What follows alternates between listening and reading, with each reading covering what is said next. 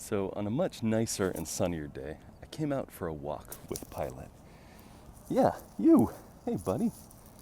What do you see and smell and hear?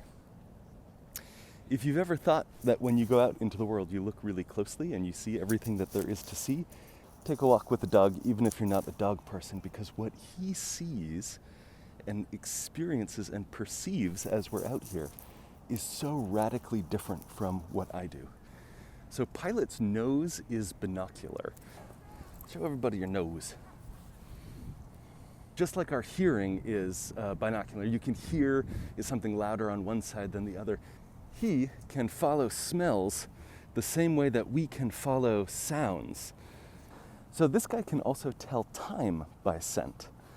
So say a hot dog drops on the ground, and then somebody picks up the hot dog.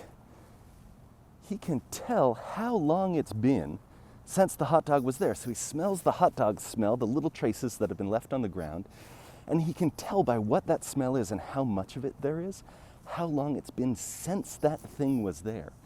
So as he moves through the world, he's not just seeing the things that are right in front of him with his eyes. He's seeing the traces left behind of things that may have happened days ago.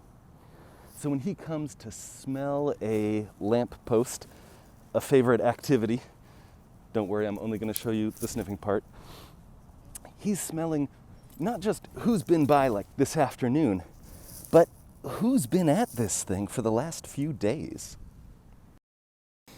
These guys were bred originally as mountain rescue dogs in the Alps in Switzerland.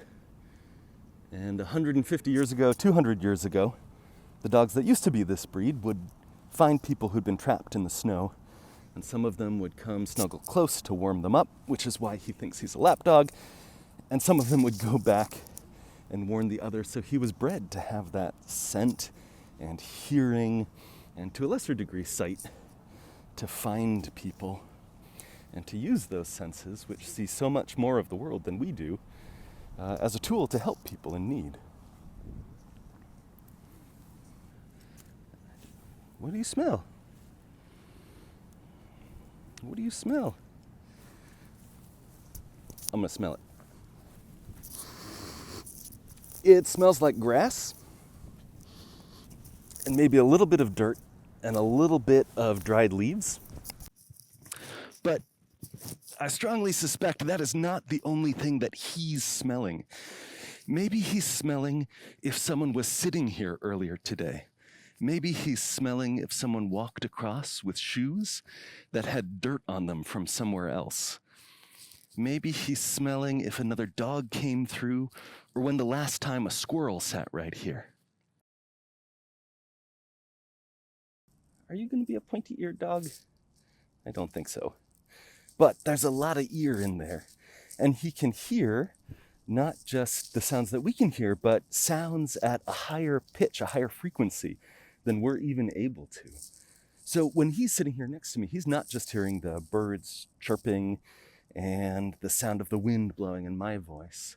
He is potentially also hearing the hum of an electric generator in a basement of one of these buildings. He is in a soundscape, just like the smellscape, that is different from the one that I inhabit, that we inhabit.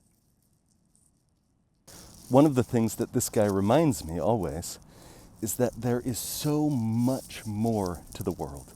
There is so much more going on all around us all the time than the things that I can see or hear or smell. This world is an incredibly big place. Yeah.